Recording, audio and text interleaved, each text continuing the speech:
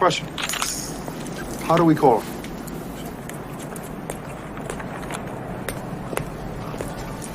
He gave us a signal.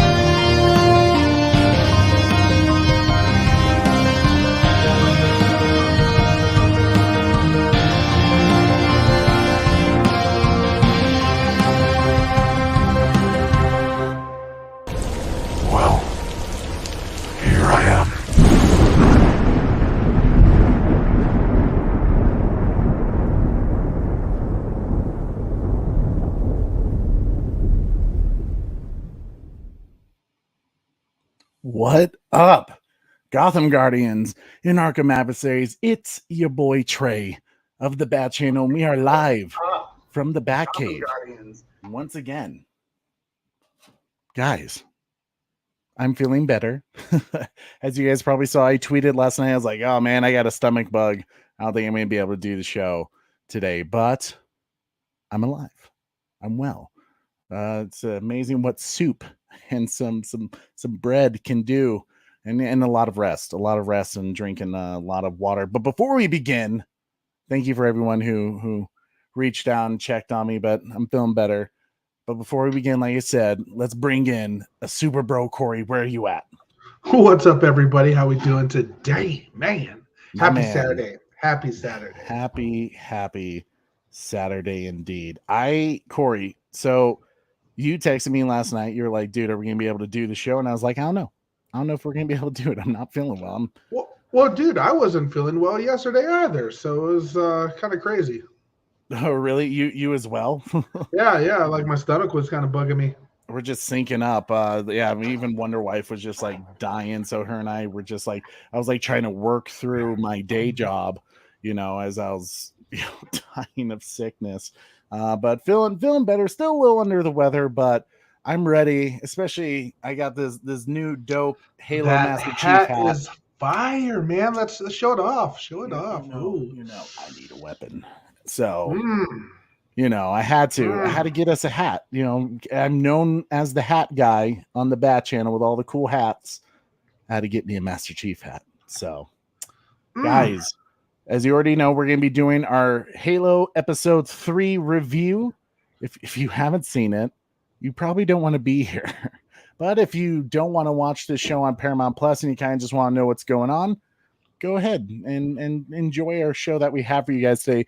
But as always, to help support our channel, it always helps when you guys smash that like. You share this video on Twitter, Facebook, Instagram, wherever. Get your friends involved in the chat, because the more people we have in the chat, the more fun it gets. And I know Halo is kind of untouched territory for the Bat Channel. We're used to doing like DC, Jurassic World, Godzilla, The Witcher, and some other Netflix stuff. But Halo's kind of something we haven't really done other than our last few episodes. So it will help us out tremendously in the analytics if you guys share this video right now to help get your friends involved. So, and we got a great crew in the chat today. I see Kung Fu Scuba, Red Hooded Outlaw, Trevor H, Ryan Swayze, the Restore the Snyderverse guy, Bat Fanatic, 9 Lives in Hell here, Carrie Kelly, Igor, Bat Fanatic, the Restore the Snyderverse guy. What's up, Igor? Igor in the chat. Bat Fanatic, the Restore the Snyderverse guy. Joker's Wild, Batwoman, The Butler. Good to see you, sir. Beyond the Night, Oracle's Clock Tower, Batwoman, and I'm sure there's Mistress of Mayhem. I think I said that one. I'm not sure, but yes, thank you so much for coming in today on your Saturday. We really appreciate you guys.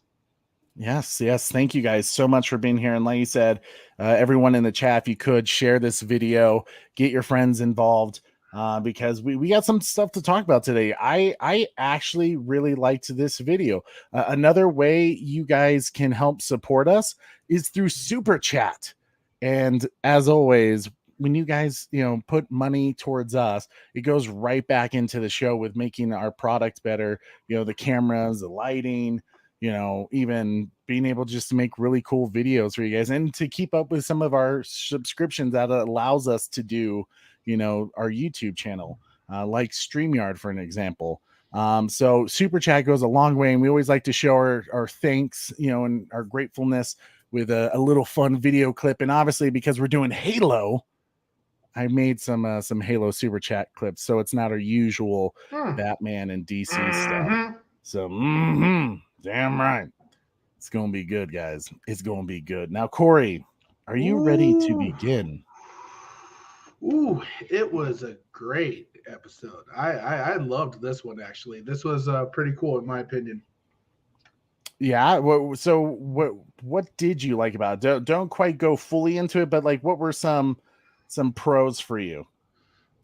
You already know. You already know. They got one voice actor correct. Yes, they did. We'll certainly go into that. Yeah, that for me was especially a very, very big one. What I partly loved was we got a little bit of answers revealed about some of the characters who are original to the series, like Maki. Because she is still a question mark to me in a lot of ways. It's just mind-blowing that the Covenant is listening to a human. But as her origin is revealed in this episode, Emergence is what it was called.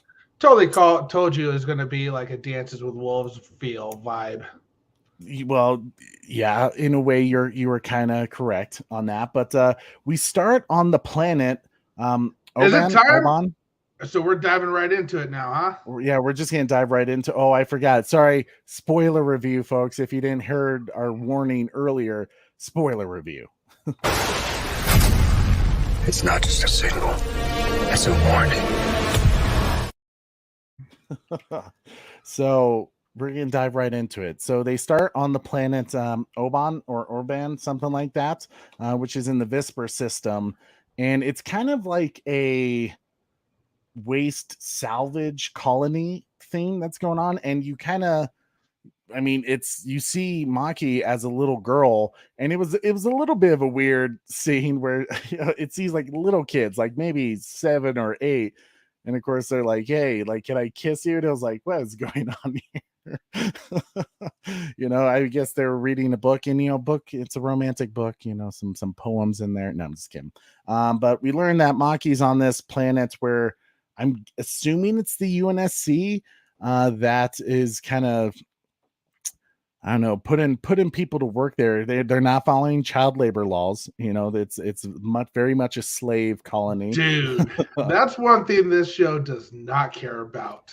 They do not hold back, right? Like, were you surprised? Like the first episode when you saw the elites killing all the kids? Yeah, you're like, okay, like they're showing the brutality of the elites. What's that one show or quote where it's like, "Fuck them kids." That's fuck them kids. That's I literally said that to my Wonder Wife when she saw that I episode. said that here too. I was like, fuck them kids. Like, this is not a children's show at all. No. They're not holding back, they're not pulling their punches. No. If you see children around in the Halo series, it's like the red shirts in Star Trek. Run away and run away fast. Red shirts in Star Trek, the younglings in Star Wars. You don't want to do it. Literally you see because the kids aren't working, they're kissing each other. The UNSC is like, get back to work. Well, apparently, like, if you take like a quick little 5-minute break, you will get beaten to death. So they literally beat up the boy that Maki was, the child Maki was like kissing, and with their taser, that's how she gets the scar on her back. So it's not from the flood like I thought initially it could be. But I guess you could say saved by the bell or saved by the Covenant. We see a Covenant dropship come in and the elites, which it looks like the Arbiter. We still haven't got confirmation if it's the Arbiter, but he has I think they called it a luminary device, something like that, which helps. I'm assuming it helps detect Forerunner artifacts or blessed ones some way. It somehow detects that because they end up finding Maki and said, she's the one that we need to take. And I'm guessing it kind of shows that this is where her loyalty with the Covenant starts, is that she already has kind of a bad, perspective on humans. And, just while, the UNSC put her through slavery and stuff like that, killed her friend. And they're just brutal to each other. She kind of looks at the elites as, better than the humans, I guess you could say. But it's still weird to me. Don't you think, Corey? Like it's too. What up, Yellow Devil? It's good to see you, Yellow Devil. I'm late. Corey was saved by the lag. Yeah, right. I mean, what did you think about that initial scene? But especially with the luminary device, it's kind of referencing that her and Master Chief have some sort of connection to this blessed one. Oh yeah, for sure. And yeah, I think that I thought it was kind of a cool scene to open and kind of understand where she was, where she came from. The device that they have, the Luminaire device, whatever that was pretty cool as well, kind of pushing up to her. But it was a little disturbing too with how much they how brutal they are with these kids. So again, F them kids. But I would say it was very Dances with Wolves-esque in that sense, where they this tribe of Covenant saved her, and now she's 100% on their side. So yeah, absolutely. So it kind of started in a way like episode 2 did. We got a flashback, of some events that happened in the past with John. Now we're seeing the past events of Maki, but we go straight to a flash forward to the present, where Maki is talking with the prophets again, and basically they're just kind of confirming her thoughts about, like, basically she's stating her mission. She's like, I'm going to go in, I'm going to get the keystone, and I'm going to kill this other blessed one, the demon. She's going to take his head, basically, which as we know, that's not going to happen because Master Chief's going to be around for a while. But they're clearly setting is a well, I think so. I mean, maybe like John's a clone. Oh, that's kind of an interesting theory. I don't think so. I don't think they'd do that. That'd be too insane. I don't think fans would appreciate that. They kill Master Chief. Yeah, right. We scooped it. Nope.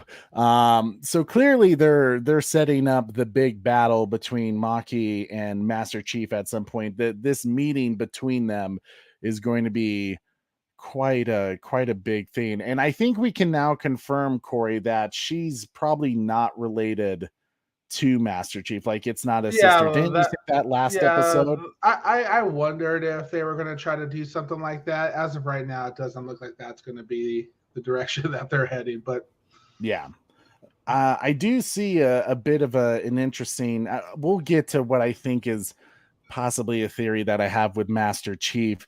But of course, we cut next to Planet Reach, where, if you guys recall, at the end of episode 2, Master Chief pulls a Man of Steel and hands himself over to the UNSC after he went rogue for a little bit, after taking Kwanha to Rubble, and we go to Miranda Keyes and Admiral, I think it's like Margaret Pergonsky, something like that.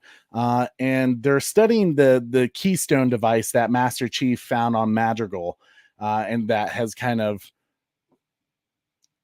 started his ability to be able to think on his own, I guess you could say. And clearly they're still building this tension between Dr. Halsey and Keyes and the Admiral, where the Admiral doesn't quite trust Halsey, because Halsey has her way of manipulating. Like, clearly they did such a great casting with this, because Halsey is like so cold and like manipulative, and just like it's just great to kind of watch anytime she's on camera with her character, because you're never quite sure what's going on through her mind. There's something kind of sinister about her, yet she plays it with like fake gentleness. But basically they've decided that Miranda Keyes is kind of like, yeah, this is my department to like research this device. Why does Halsey get everything, basically? And the Admiral basically says, we're going to create a separate research team that you're heading. You know, she gets like a promotion basically, and says, I don't want, basically you're already starting to see the divide between Halsey and, you know, the Admiral, just trying to really separate from each other, and basically, you know, trying to undermine each other, because they both have different missions and different goals in mind. What did you think of that particular scene, Corey? Like, how do you think that's going to play out between the Admiral and Halsey? Yeah, you know, I didn't really think really too much of it. I think they always kind of have a kind of a sharp relationship. She's always going to do kind of what she wants to do. It's like, oh man, I'm trying to think what the similarity to a recent movie as well. It's like she's doing it. Oh, Adam Project. It's very Adam Project-esque in the sense that she's going to do what she needs to do in order to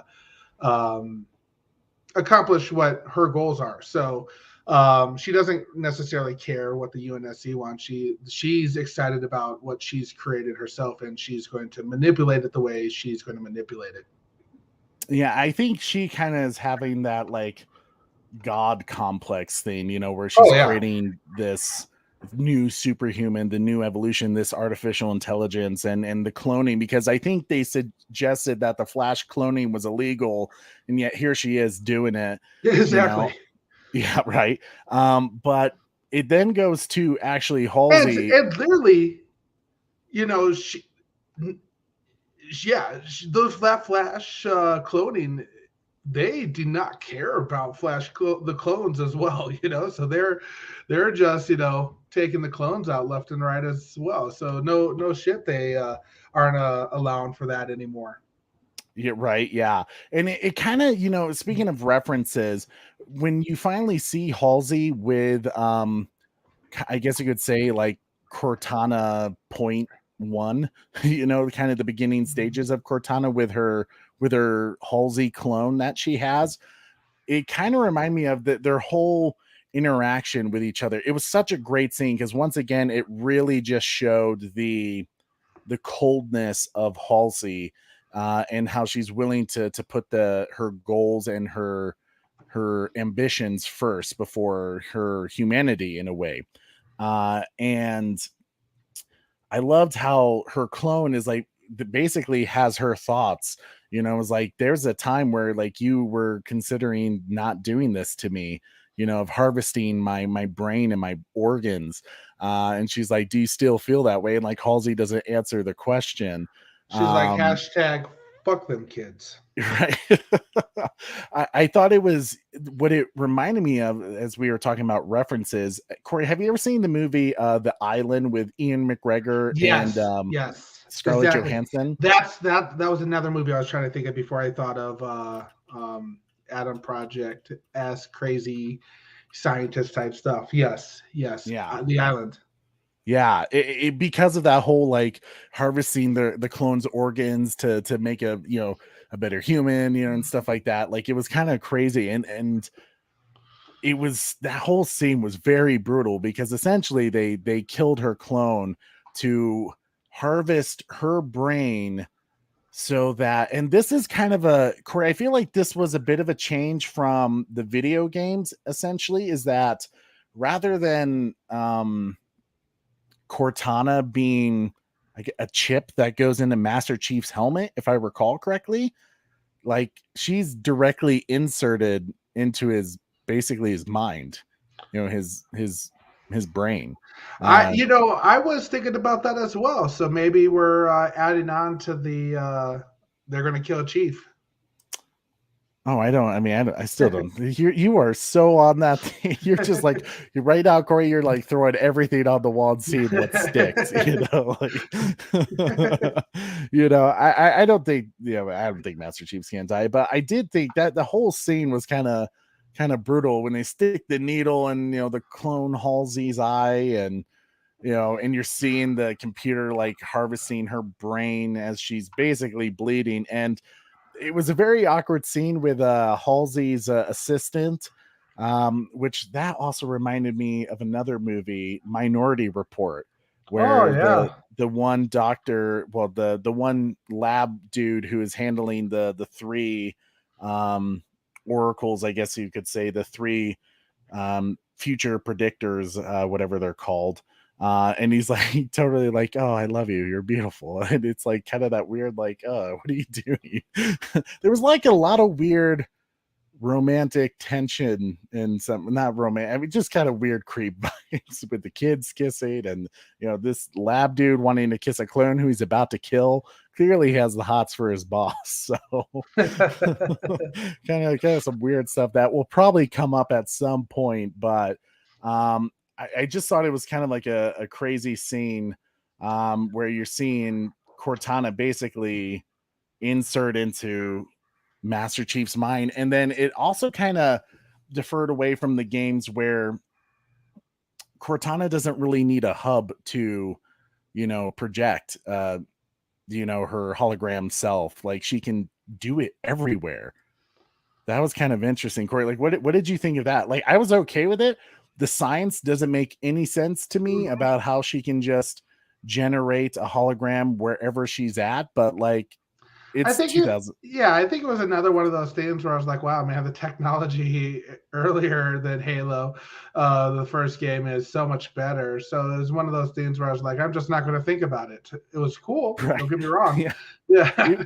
It was. Yeah. I thought the same thing. I was like, that it's cool, but like my initial brain was like, that makes zero sense of how that's possible. But like how's that even working? Like, is she like, is energy generated from Master Chief's electricity from his brain that she can project herself wherever Master Chief is at, or can she go other people anywhere? Can see her? That's the crazy part of it, like that was I was wondering too, like, is it just that Master Chief can see her, or is like, how's everyone seeing her right now? I feel like this is going to set up some great parodies in some ways, some great, like, it's late at night, yeah. I mean, Cortana, go away. And as we mentioned, that probably the coolest part, and this is one of the reasons why I really loved this episode, was that obviously we couldn't have Steve Downes as Master Chief because Steve Downes is a little bit up there in age, unless if they didn't take his helmet off. We could have had Steve Downes, but he has an okay face though. Oh no, he does, but I mean, he's just, no one would believe like a 65-year-old dude is Master Chief, I would at this time in Master Chief's life. But one of the best parts was we got Jen Taylor once again voicing Cortana. I mean, it's almost like I was super happy about that. When I heard her, I was like, yeah. I almost like paused and I looked at my wife and I was like, oh my God, is that Cortana? Because I thought simply because, well, they're not doing Steve Downes' voice, they're not doing other characters' voices. Like, how do I know? Like, is that actually Jen Taylor? And then my wife looked it up and I was like, oh my God, perfect. Thank God they brought her back. They knew they were going to get shit for not having Master Chief's voice. So I feel like they had to have do Jen Taylor. Yeah. And she, if anyone would know how Cortana is supposed to react and act to things, it would be her, obviously, because she's been Cortana since the beginning. So she, just from the get-go, it felt like Cortana. I can see how some people are going to have some issues with her design, if you love the games and you don't want to deter away from the games at all. But I didn't mind it. Corey, did you mind the Cortana design? No, I thought it looked just fine. It didn't bother me, and again, it's one of those things for me where this is like prequel of the Halo series, even Halo Reach. So I'm giving them room to be able to adapt and change. So I thought she looked pretty cool. Yeah, and as I kind of groaned, and like you say, it's growing on me. It's just, if you kind of leave the like specifics of the video game at the door and just enjoy that it's part of the universe of Halo, I think you really enjoy this show. Like, I think it's a very cool science fiction show that you kind of know what's going on, especially if you played the video games. I haven't read the books, and I'm sure people are picking up more from the books or from the comic books that they've made. But me personally, like, I'm so happy with what they're doing with Cortana's character, and I just love what she is particular, what she's particularly, how she's being portrayed in this show so far, as an artificial intelligence. Though I am a little curious, her need for control is already kind of alarming. I know they didn't really go into that until the later Halo games, where she kind of goes crazy. But in the first game, she doesn't seem that psychotic. But again, remind you, this is, Cortana 1.0. This is the first version of Cortana. So I think it kind of is cool that she's showing tendencies of what she's going to become later on in the Halo game series as well, too. True. And also, she's not at full integration yet with Master Chief. It kind of reminded me of how Iron Man didn't give Spider-Man all of the abilities of his suits at the get-go, the training wheels protocol. Halsey's kind of doing the same thing with Cortana. She doesn't want Cortana to have complete control over Master Chief yet, which I think that time will come. That could be a very interesting thing to do, but there was a lot of scenes that happened. So Cortana is going to be the reason that this Master Chief dies, and they have to clone him. Jesus, you're still on it. You're still on the Master Chief dying. Good God, Corey. But obviously, so Halsey kind of wants to wait and see what this is going to do to John. Kind of test it out to see what it's going to have the effect on John with this. But we also go to Rubble, back with Kwanha and Soren 066, and clearly she wants to get back to Madrigal, simply because Vinisher has taken over. He's clearly a UNSC shill, but I still get the feeling that he's not quite a UNSC guy. I think he's in it for himself. He kind of played it in the beginning. It seems like that he was working on both ends with the rebels and just trying to make a peaceful transition with the UNSC. But it seems even though the UNSC backed him to kind of become the governor of Madrigal, it seems like he has his own goals and mindset, because he put out a bounty on Kwanha, I think simply because her dad was the general of the rebels. So if there's anyone that could take over and get the people to rise up against Vinsher, it's her. So that's why he's afraid of her. I feel like this is just a side story arc that I don't know how it really involves Master Chief yet. But it's kind of like a subplot that he's kind of not the big bad. Clearly it's the Covenant and this Maquis, but he's kind of this sub villain to kind of just give the show another subplot. We already know how the UNSC thinks about them kids. Oh, yes, we do know how the UNSC thinks about them kids. F them kids. F them kids. Gosh. But her storyline is basically just people trying to, Master Chief obviously told Soren to like take care of her, protect her, because obviously he went rogue for her. you know, and he doesn't want to see them kids die. But Kwanha just has the mindset that she's going to return to the resistance of Madrigal and free it from the UNSC and from this Venture guy. So more to come on that. Clearly that's going to progress into the story. Soren seems to be working with her now. I think because she offered him money or something, or resources, something like that. Yellow Devil says Trey is the sub villain to our hero Corey with the super channel. I couldn't agree more. That's hurtful. That's hurtful, Corey. Corey, where do you see this storyline going? Like, do you see, I mean, you would think at some point Master Chief has to get involved in this Madrigal thing. It just seems like her story is kind of something else, you know, to add on to the complexity of what's going on in the lore. Halo. I'm still iffy on it. This portion of it all, you know, like, they need a spinoff and show somebody else that Master Chief cares about it. Maybe that's, I don't know. It's I was kind of surprised to see her back this quickly, to be honest with you.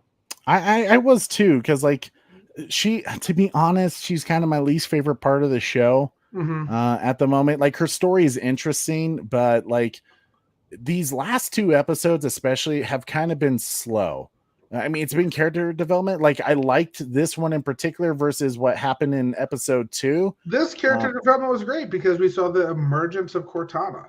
Exactly. Yeah, we're seeing the beginning of a beloved character, and already starting to see some of those tendencies that we know Cortana is going to eventually reach at some point. But out of curiosity, Corey, at the moment, I know you said UNSC loves to kill them kids.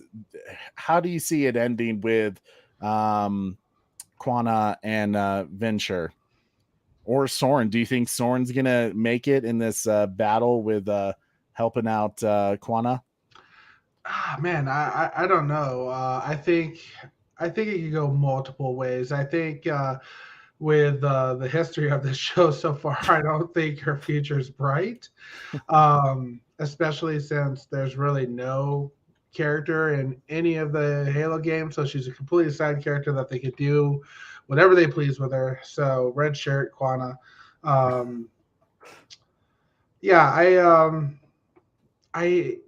It'll be interesting for sure. I don't think it's going to go well for her.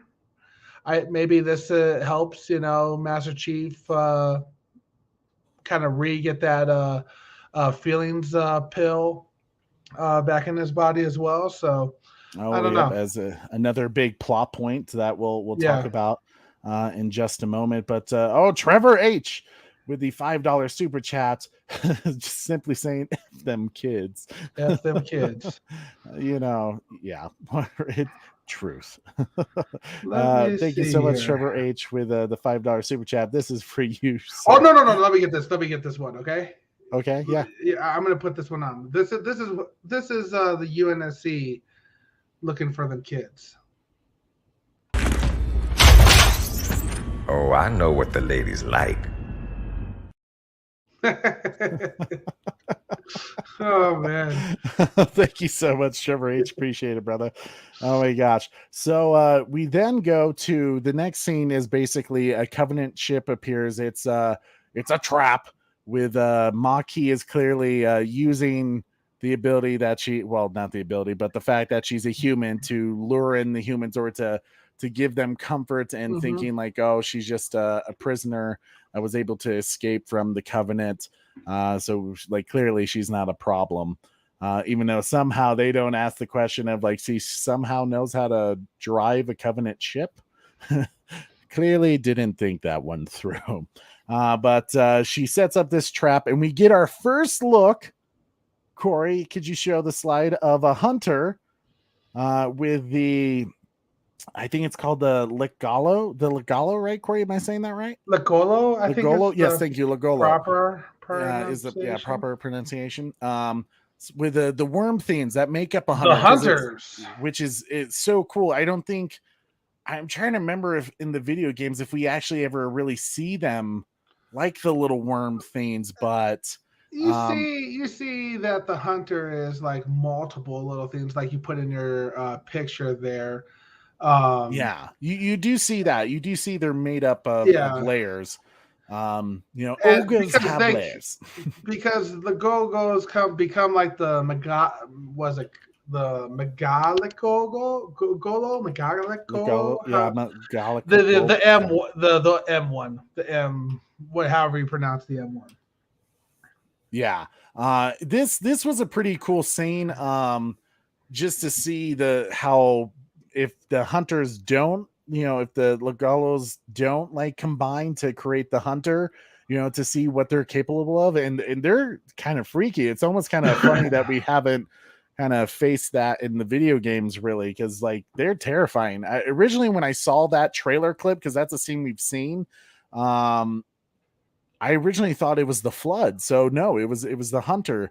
And I love how she's just walking through like no big deal with these humans. Like, so clearly she's going to be a formidable force that Master Chief is going to go up against at some point. But Corey, what did you think about her energy nail? I don't know. Oh man, it was suspicious to me. Like I was like, how does she have one of those? Like what is this? Yeah, um, kind of like a lightsaber nail type thing. Yeah. Yeah, I guess it's basically a energy nail, like Batwoman just said here. So like they have the power of the energy swords. So why not make a energy nail, like she said? That's fantastic. She said, or Batwoman said, I need one of those as well. So yeah, no, that's very basically what it reminded me of. I was like, how did she get some lightsaber nails? That's pretty cool, yo. Right. Yeah. To me, it was kind of like when I saw that, I was like, literally, my brain was like, what is she? Like, this whole show has just made me more and more curious about her. Like, I know we finally got some origin story, but like, it still just amazes me that, like I said, the Covenant listens to her, that she has that much power to take a ship and to, they just trust her, that she's just going to go and do their bidding. And she has to be something more than just a blessed one, I feel like. But I don't know that when I saw the energy nail sword thingy, I was just like, what is going on? Like, this is just weird. Batwoman has time for nails since it didn't get a new season. Oh, hurtful. I haven't watched really any of Batwoman. I watched the first few episodes of season 1 and I was kind of like, cool, I'm good there. But yeah, so her character, it's still, I have a lot of raised questions. And to me, it kind of like, she better have like a satisfying story arc that like doesn't like leave you in more questions. But of course, she's on the look for Master Chief, who is the last one to have had the keystone. So she interrogates the captain, and he doesn't answer her. So she's looking things up in the UNSC database, which that's unfortunate. Apparently, she knows all the UNSC passwords too. To the clearly, the UNSC just did not plan out their malware. They're all their 1, 2, 3, 4. Right, like 1, 2, 3, 4. That's the same combination I have on my luggage. Oh my god. But we go back with John with the keystone, and he, they're doing tests with him as he activates it, and you can see now with Cortana that she can kind of analyze what's going on physically and mentally with Master Chief when he does that, and he's getting some of those flashbacks. But even again, Cortana's kind of pushing the facts like, hey, I don't have like full control over this guy, so I can't get a good reading. Like, give me the full power here. And Halsey keeps like holding her back. Corey, with those flashbacks, we saw some things. We saw the wolf again, but we also saw the ruins. Like, basically, young John was in a cave. We kind of learned a little bit more. Oh about my god. What? John is Batman. and that's why we're doing Halo on the Bat channel. This was a lie the entire time. It's been in front of your eyes this entire time, Corey. You tell me John was in a bat cave. Right. Corey, what did you think of the scene where when John is activating the artifact, Cortana takes over his body at that time? Mm-hmm. Which one? That's very curious, as I don't recall Cortana ever having that ability before. It's like that Windows sound I heard, felt like the right, she just got shut down. He's like, right. But it was amazing that the artifact immediately when she took over and was the driver in the seat, and rather than John, the artifact shut down, basically suggesting like, hey, it can even read that Cortana is not a blessed one. It's John that is. But it's amazing that technology, simply through cognitive analyzation, that it could be like, nope, it won't work for you. Right. I thought that was like very intriguing and interesting. They're gonna have to explain this blessed one to a T. Mm-hmm. Oh, I completely agree. It's it was very, very cool and also weird in some ways to watch her just log off onto John and then log back. Right, like boom, I got you, bro. Yeah. This just locks back. But John returns after linking up with the artifact, and he's kind of like, cool, are we done here? He goes back to his Spartan barracks, and I loved it will become a mirrored scene, but when he walks through and he sees all the UNSC troops kind of walking around, and he's kind of emotionless and doesn't really have much of a reaction to it. He's very much kind of like a Terminator, I guess you could say, because there's not much emotion going on there. But when he finally gets to the Spartan barracks, he basically groups up with a Silver Team, and he's just like, yeah, so I went rogue there for a little crazy. Does anyone have any questions? And I just love how the Spartan's like, no, dude, it's you're Master Chief. You're good, bro. You're good. And he was kind of like taken back that they didn't have any questions. Like, oh, okay, I am Master Chief. Yeah, Kung Fu Scuba, was that the flood we saw in episode 3? No, it wasn't. It was part of the worm things in the Hunters. Lugolo. Yeah, sorry, Lugolo is what they're called. I always have trouble pronouncing it. Lugolo, the little worms that make up together the Hunter is what those were. I thought it was a flood too. That's what was my initial thoughts. I got chills when the worms showed up. The front, right, and how the girl can control them was tight. Yeah, so yeah, not the flood. Unfortunately, I was a little depressed by that because I thought her having a connection to the flood made her more interesting than just telling Hunters to split off and do her bidding.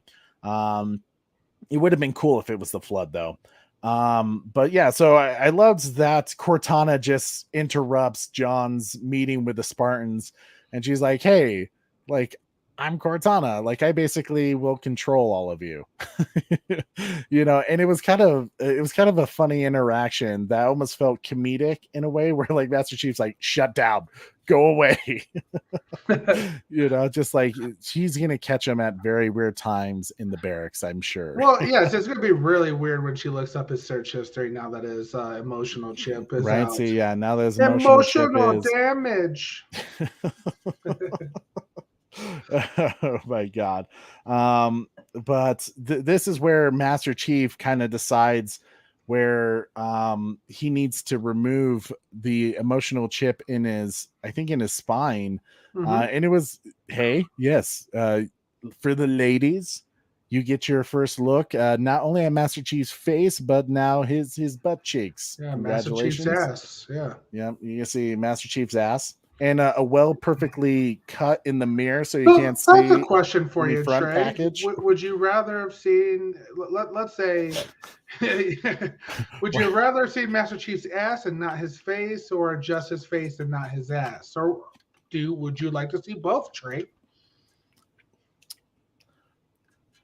What? I mean, what? I just that's probably the one thing I still don't like very much of this show is that they showed his face, and so when they showed his ass, I was like, yeah, what's next? Are we gonna get like what Batman night was it Nightmare Batman the first appearance of Batman Damned, when Batman Damned, the first time they drew Batman's front package. Johnson, his little Bruce. I got you. Well, it was still tight. I liked how the show, how they showed her past and how brutal the elites are, and I want to see more. I do too. The show, hopefully we're getting close to, we've had now 2 slow episodes. We need to kick it up a bit for sure. Like I said, I loved this one, but we need some action now. We need to get to that Halo action pack that we all know and love very soon here. No one talking about how the other Spartan was peeking at Master Chief booty cheeks. Yeah. What was her name? Was it Spartan Kai K? Something like that. Spartan Kai K. Yeah, she's very interesting. She seems to be very concerned with John, and I do feel like there's something maybe romantically there, or like she has one of those emotional chips, so how's that possible? Well, I mean, clearly John was starting to have, she was with John when he activated the artifact. So maybe she was affected with it too. I don't think she touched it. Emotional damage. But clearly I think maybe she'll go even head to head with Master Chief, kind of the one to say, kind of like Neville's did with Harry Potter. It's just like, like, I'm not going to let you take points away from Gryffindor. I'll fight you. It'd be like, I'm not going to let you hurt the UNSC. Stop what you're doing, Master Chief. Corey117 is searching for a wife to play Halo and kick some kids. None. Corey doesn't kick some kids. He does the. Never mind. I was gonna do the you do the Halo thing. You do what all Halo gamers do when you. What Halo thing, Trey? No. Don't get us canceled, Corey. Don't get us canceled. Nope. But yeah, so kind of interesting. Kai was there to pay attention to Master Chief during some private moments. And I love that Halsey is like telling Cortana, is just like, no, I'm gonna let you do this because if you gain his trust, we'll basically have more control over Master Chief in the long run. So clearly that conflict is gonna happen maybe towards the end of the season between Cortana and Master Chief when she finally takes over and controls him. So that will suck. But Kung Fu Scuba says, super core Halo fans, bruh, they not only show his face, but his booty cheeks. Outrage. Yeah, right. I can't wait till they start hammering him on Twitter for that now. Oh, God. Yeah. I feel bad I'm totally spacing the actor's name, Pablo Schreiber, I think. Yeah, he's been battling some Halo fans on Twitter lately, basically saying like, come on guys, like, can we come together? Like, can't we just drop the whole divisive thing with me showing my face? Like, we showed it in the first episode. You're gonna be seeing my face a lot. So like, how dare he say that to the fans though, when he's trying to show his ass in episode 3. It's for the ladies, Corey. It's for the ladies. I guess that's a good point. I'm sure Sarah kind of perked up when, What's wrong with you? She's like, she did want to play Halo right after. No, but so Master Chief removes his motion chip, and he's now looking through different eyes. He's kind of finding the joy of I don't know, just having human behavior for one, seeing people have fun and play and looking up into the stars and finding that wonder that you would, as a kid. And I thought that was very cool. Corey, what did you think of the entire scene where Master Chief is finally getting to see through different eyes, see with eyes with emotion? It's kind of a different look for Master Chief than we've seen before. Yeah, no, I thought it was a really cool scene, like where he's listening to music for the first, he's listening to music for the first time because, or at least since he's had that chip put in him. So yeah, it was cool for him to kind of see Master Chief experience life for a second. You know, like you see him and they're playing a game and he just stares at him. He's like, oh, that doesn't. It looks like he wanted to jump in, but was not interested in it. So yeah, no, sorry, I had to block a. Yeah, sorry, I saw that too. So one thing that I noticed, Corey, a little Easter egg, at least I think it was. Do you remember the Halo game mode Griff Ball?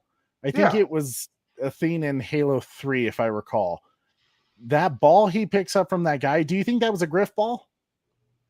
I would probably say yes.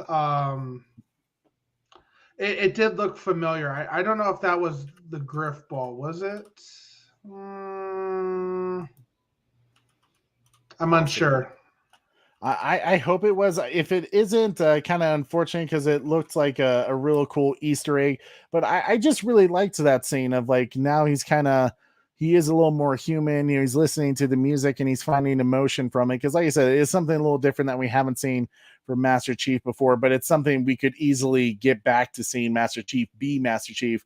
Because I have a theory. And I think something's going to happen at some point with Master Chief, a loss of somebody, because he even talks about how they lost a Spartan on another planet, and you can kind of see it affecting him. But my theory is I think something's going to happen, something tragic, to where he's going to choose not to have emotion. And he's going to have the chip placed back in so he can be more efficient. What do you think of that theory, Corey? I'm sorry, I totally just whacked my knee on my desk a few seconds ago. So I was like, and then Are you okay? Yeah, I'm okay. But I just saw that my face was still up, so I was like, oh boy. We need that the Halo regeneration sound, you know, the oh man. Oh, I'm sorry. We asked your question one more time. Oh my god! Now I've totally lost it. Now, my theory is, my theory is that Master Chief, at some point in this 9-episode story arc, is something tragic is going to happen to him, and I think he's going to make the decision to have the emotion chip put back in so he can be more efficient. Yes, Quan will die. Well, that's interesting. You think Quan is the one that's going to have the emotional effect of him? Absolutely. Huh. That's an interesting. What do you guys think about that? Like, do you think Master Chief is he always just going to be emotional now in this Paramount Plus show, or do you think at some point he's going to make the decision to put the chip back in? Let us know in the chat at the time. Corey, when Master Chief. So first off, I guess you're saying Quan Ha is going to be the one to bring back his emotion. Do you think Soren or Kai, maybe Spartan Kai or K? Sorry, Spartan Kai or K? I think it's K. See, because her name is Kai, I'm so like Cobra Kai has totally messed me up on Kai. Corey, speaking of, have you ever watched Cobra Kai? No, sir. No, it's actually a really good show. You should check it out sometime. It's on Netflix though, right? Yeah. I need to purchase Netflix now that Manifest is back, baby, or going to be back. There we go. So we'll see what happens. But because of this, Master Chief kind of decides that because he can feel more emotion, maybe he'll have a better connection and will be able to piece the story back together more, or get some more information through emotion by, reconnecting with the Keystone, the Forerunner artifact. Do we like, so Kung Fu Scuba says, do we like Quan Ha? I'm not feeling her right now and just keep bitching. They gotta write a good story arc for her and get her a haircut. She's not my favorite part of the show. she's not my favorite part of the show. But I don't like it. It kind of depends on what they do with her. If they just give her kind of a silly story arc that has really nothing to do with like Master Chief's story arc at this point, then I don't quite see her point of the story other than to add a, you know, I guess you could say kind of the underdog story element, because Master Chief is never really considered an underdog. But Chief isn't a robot in the games either. The chip is pointless. No, he isn't. I mean, at one point when they were developing the first Halo Combat Evolved, they were considering making him a robot, but the chip will go back in. Okay. Well, I mean, he is kind of emotionless in the games. I mean, he doesn't really react to things. I mean, he has a bit of a sense of humor, but that's about it. Were you going to say something, Corey? Oh, you basically said what I was going to say. Oh, okay. So he reintegrates with the Forerunner artifact, sorry, and he gets a few more visions where he's, you know, in that cave, but he also learns from a drawing that he did as a kid that there's 2 keystones or artifacts basically, and he thinks one of them was buried on the planet that he was originally from. Corey, what do you think of that entire scene? Of, I mean, I heard one person have the theory like the thing he's burying is actually his dog, because, you know, he kind of did bring up his dog. You know, the dogs always bring up a little emotional theme with you, but what did you think of the flashbacks? Were you able to catch anything? Not really this much of it this go around. It's interesting to me that he's drawing the other artifact. So,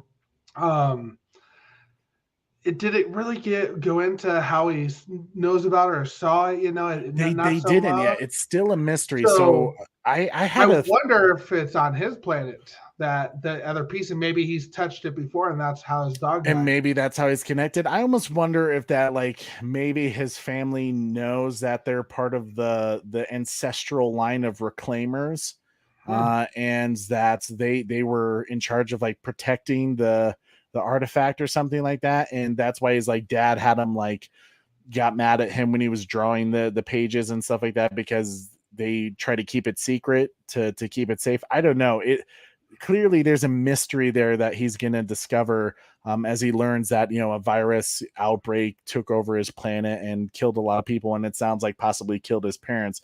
But he basically decides through Cortana's help, and now has a bit of trust with her, and he especially trusts Halsey, right? That he's going to go to this planet to possibly find this other artifact to see if it helps him uncover more answers about his past.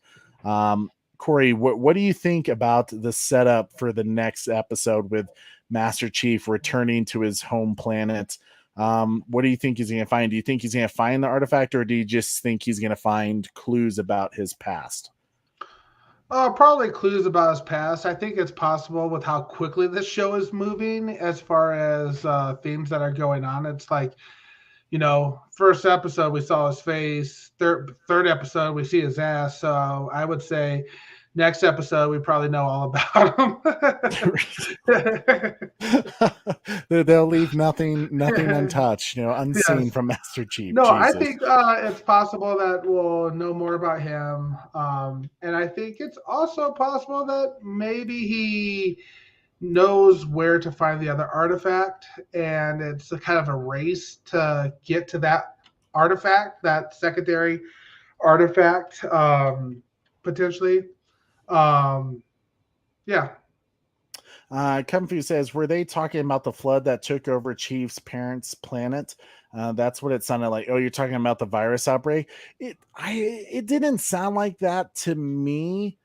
Simply, I don't know. I guess we'll find out more when we get to his planet. I didn't get the sense that it was the flood. It sounded just like a natural virus that took over.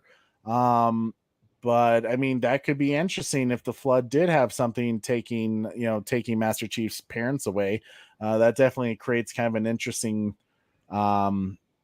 conflict, you know, origin of conflict between the two. But I don't know. I didn't get the sense that it was the flood that was the virus. Corey, did you? No, I don't think it's Flood necessarily yet. So, yeah, because the rings. Well, yeah, I don't think so yet. Yeah, yeah. So I guess God, see that the theory about the Flood being the ones to attack his planet. That's kind of interesting. It is interesting for sure. It's a cool theory. Yeah, I'm just Yeah. not. I'm not sure. I'm not sure that's the case. But that's where they end us on episode 3 of Emergence with Halo the series. Is Master Chief looking on to his old home planet with Cortana and Halsey and her assistant. So clearly, we're going to learn a little bit more about Master Chief's origins. But episode 4 comes out next Thursday. We'll keep doing our Saturday reviews. Hopefully maybe a little bit earlier again at like 10 a.m. I think is what we're going to try to keep the original time. Because this was kind of a last minute show because I wasn't feeling well. Corey and I weren't feeling well yesterday. And Trebra, yeah, we did get the next episode 4 teaser. I think it'd be cool if we started showing these on Saturdays. What do you think? Should we run it? Yeah, let's do that. We'll do a whole trailer reaction to it again, and hopefully, if I have time, I'll try to cut it and I'll just do the reaction video later so people can watch that. But yeah, let's go ahead and pull it up. If I heard correctly, Halo 4 episode 4 was going to be called the Gate. Let's see, the Great Gate. So I think that has something to do with that ruin that we saw the younger John entering, maybe where the artifact is. But let's see here. I'm guessing Corey's pulling up the video at the moment. All right, so I have it here now. Okay, so here we go. So guys, we are doing the Halo the series, the Great Gate episode 4 trailer reaction, I guess you could say. A little coming soon video here, but we hope you guys have your headphones ready and coming down in 3, 2, 1, play. I need a weapon. Why John? What makes him so special? I've been asking myself that same question since I met him.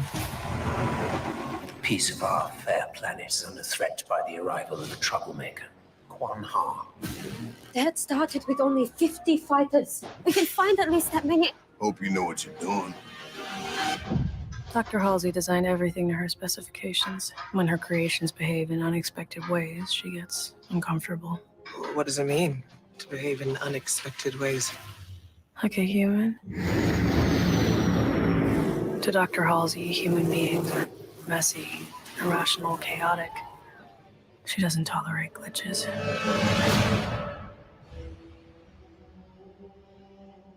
Dang it.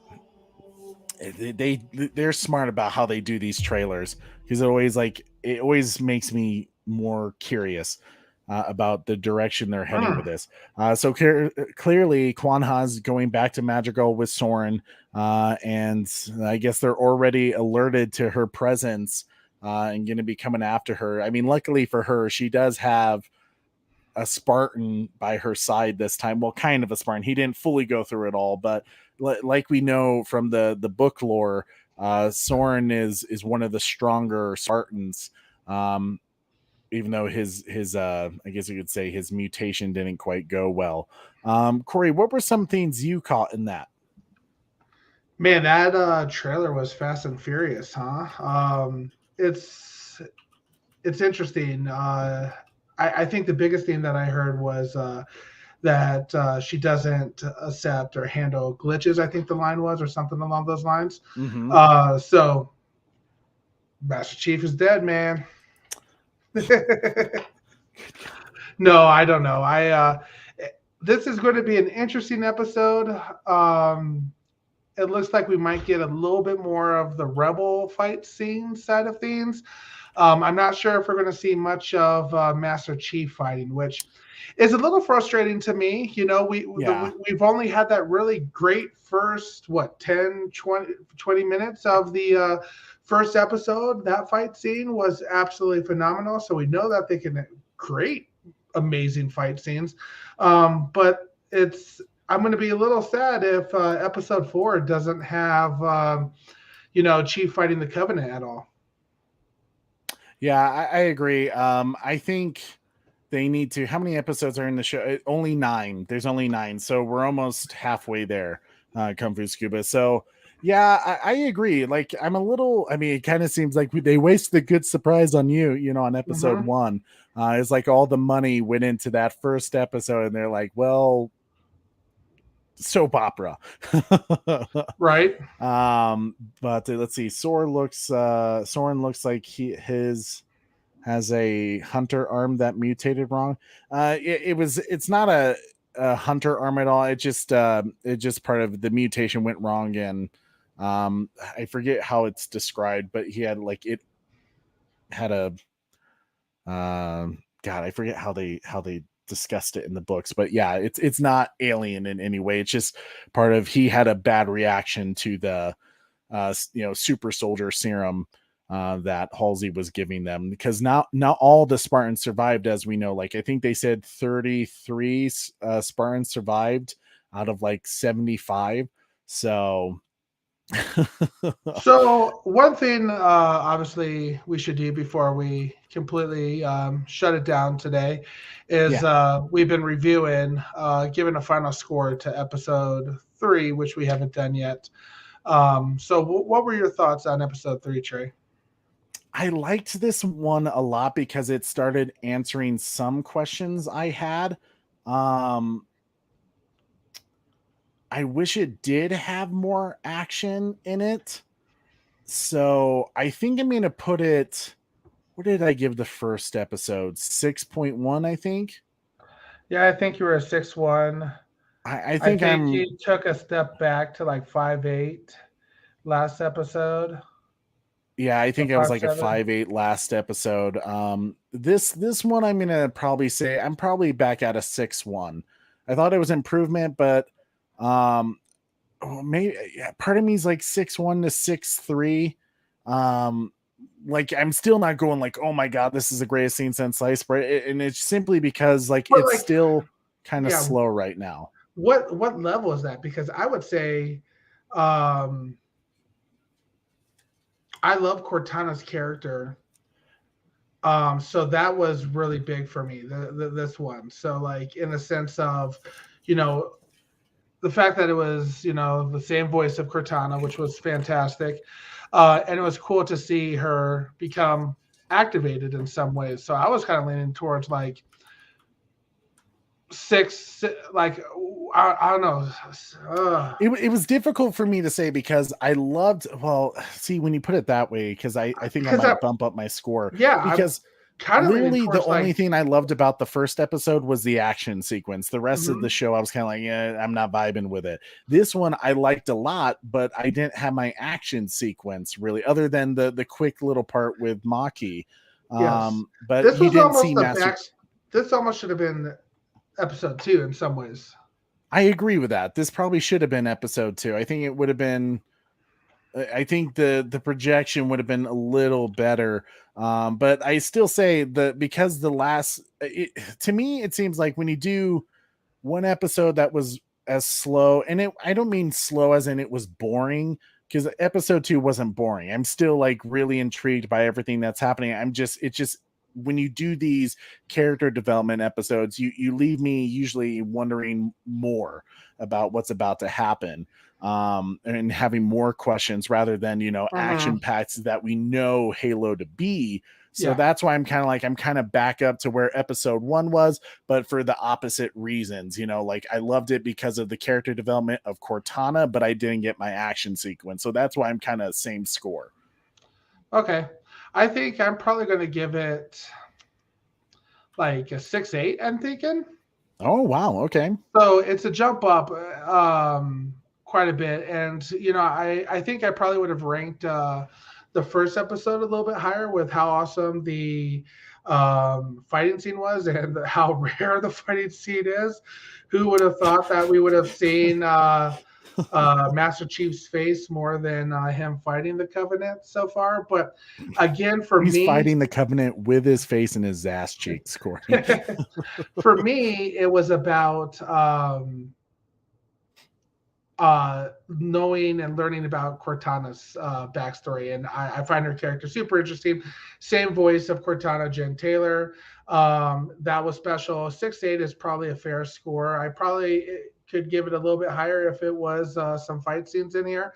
But I thought it was cool to see how Cortana was turned on. It was probably my favorite part of this episode for sure. So I liked that portion a lot. I'm going to give it a little bit higher there. Do I think you need to purchase Paramount Plus yet? No, not yet. I just got done watching 1883. That was an interesting and depressing show as well. So I haven't seen it yet. You can't set me up like that. Yeah, Yellowstone is interesting and great, and there's some depressing parts in it as well. So it's the same. Oh man, we're gonna have to get to the chat's scores here in a second because there are some great scores here. Okay. Overall, show-wise, Trey, then, so we're still probably in mid-5s to 6. We're probably in that 6 overall between yours and I's score. Most likely, it's probably like around that, 6, probably around that 6 area for us. But man, look at Bat Fanatic here. Just wanted Bat to say, Fanatic with the $10 super chat. Thank you, sir, so much as always. Just wanted to say, damn good show, guys. It was a damn. It was a damn good show. So this one's for you, Trevor. It was a damn good show. Mm-hmm. Are you playing it or am I playing it? All right, I thought you were playing it. You're Cortana in this case, buddy. You're controlling the show. Man, all right. Which one do we want to do? You're my pretty little AI, Corey. Okay, let's go this one then. When we meet the enemy, we will rip their skulls from their spines and toss them away laughing. Am I right, Marines? Sir, yes, sir. Mm-hmm. Damn right I am. This was a damn good show, and damn right Bat Fanatic is. Thank you so much, Bat Fanatic. Thank you so much, bro. I really appreciate $10 super chat. You never disappoint, brother. Thank you so much. Really appreciate it. Absolutely. So what's the chat saying? You're saying we getting some good scores. Yeah, we got a 0 out of 10 from Yellow Devil. He hasn't seen it yet. He just came in to support us. I appreciate that, Yellow Devil. That's nice. He's like, I don't even care. 6-7 from Bat Fanatic. 6-7, okay. 6-5 from Restore the Snyderverse guy. Gotcha. 7-2 from Oracle's Clock Tower. 7-2. Yeah. So she really enjoyed this one. I'm telling you, I that's not a bad score. I think it could be a 7-2. I feel like I kind of lowballed the score too, but like I think it's like one of those things. Like my scores may change once I've seen the entire show. Yes. But like because I rated, I had such a bad initial reaction to episode 1 with some of the choices they made that I think if I watch it again, I'll probably be like, now that I'm used to seeing Master Chief's face, it's probably like a 6-8. Justice face.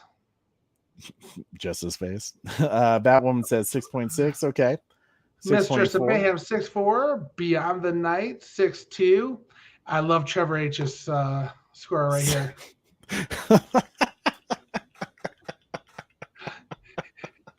Clap them cheeks. Clap them cheeks. Bravo. Oh man, that's a great score, Trevor H. 6.9 for them cheeks. Kung Fu Scuba 6.8. I agree with Corey. Thank you. We got a 7 for Cortana. See that's to me that's still a fair score. The Cortana scene was amazing. Absolutely amazing. The activation of Cortana was amazing. Yeah. 7-2 from Carrie Kelly. Okay. 6-4 from Red Hooded Outlaw. Damn it, I missed this one. Jason Kelly, my man. 6.8 from the It's always Butler. good to see Jason. 6.8. Okay.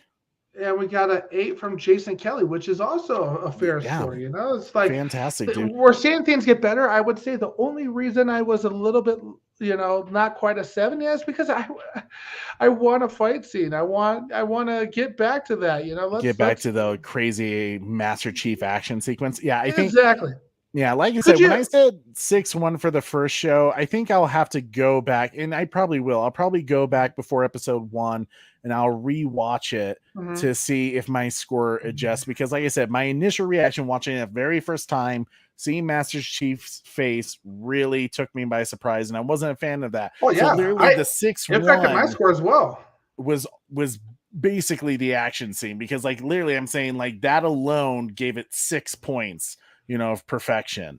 And then, you rated his ass the same score as his face. Interesting. The same. Interesting. I mean, I have to make like a super chat thing that like plays like some Barry White music of, Master Chief. Yeah. A little censored. Clap them cheeks. No. Well, without the Rush Area 51 thing. Oh man. Okay. But 8 out of 10, dude, that's phenomenal. I'm definitely curious. It is getting better. And like I said, overall, I think the story arc, once we get to episode 9, will really explain things. But according to Pablo, episode 6 is when it really pops off. Oh, okay. So we still have to wait like 3 more episodes before it goes crazy, huh? Okay. Well, we'll see. We'll see. I mean, clearly there's setting things up. Why? Okay, I get there, setting things up, but like, man, episode 6, and there's only 9 episodes, you said? Yeah, there's only 9. So 6, 7, 8, 9, come on, man. I mean, I honestly could see that it's simply being a budget thing, because like, maybe if this show does well enough and they crank up the budget a little more, we'll get more action. But I see, I mean, episode 1 seemed like it was hardcore action packed, a lot of CGI. That costs a lot of money, and I know we don't necessarily care about like viewerships and box office ratings and stuff like that, but do you know any of the statistics for that, Trey? Last I heard it did better than 1883's opening, but in terms of that was crappy statistic. Yeah, and I hear where you say, because 1883 also played on, what was it? Paramount on the actual channel. So on the actual channel. So that would have taken, unless they combined it. I don't know for sure. I'll have to look that up. But I haven't, based off what I've seen and kind of the mixed reactions from the entire Halo community, I would be under the impression that maybe it's not doing like insane numbers, but like I think it's doing solid numbers, if anything. But I'll definitely look that up for when we do our episode review, episode 4 review for next Saturday, hopefully around 10 a.m. again. Well, I should say 12 p.m. Eastern. I'm thinking Mountain Time for us. But thank you guys so much, as always, hanging out with us. And it's great to see everyone in the chat, and for everyone who did the super chats, help supporting our channel. That really does mean a lot to us. And I thank you guys so much. If you can, big shout out to our boy Trevor H. and Bat Fanatic. Yep, thank you guys so much for the super chats today. You guys are phenomenal. If you can, guys, what also helps us, when this video ends, after our live stream ends, leave a comment, because that helps the YouTube analytics as well. Maybe just say hashtag Halo the series, or tell us your favorite part, or hashtag Halo. F them kids, or F them kids, because that's what Paramount believes. Apparently kids are not safe in this show. They are not safe. Don't want to have your kids hide your wives, hide your kids, hide your wife. UNSC is coming for them, and the elites. The elites. We still need to see other, Covenant, other than, well, I mean, we did see the hunters, kind of. We only saw the leg of a hunter, but we saw the worms. But I'd love to see the jackals and the grunts waiting, and the brutes. Be cool. But guys, how well is the show doing? I think it's pretty solid. Well, here, Corey, tell us, tell us, God, what am I thinking? The show is better than Hawkeye. I haven't even finished Hawkeye. I saw the first 2 episodes, and so far I'm pretty impressed with it. Corey, does 10 a.m. work best for you next Saturday? Yeah, I think so. Halo show. I'm looking up right now. Halo show ratings. Currently, well, that's just Rotten Tomatoes. They're just saying a 61% critic score and a 66% audience score. So it seems like we're in the same ballpark. Really? But let's see. Sets premiere viewership record. Yep, I did see that. Let's see. Halo viewership. Halo the series.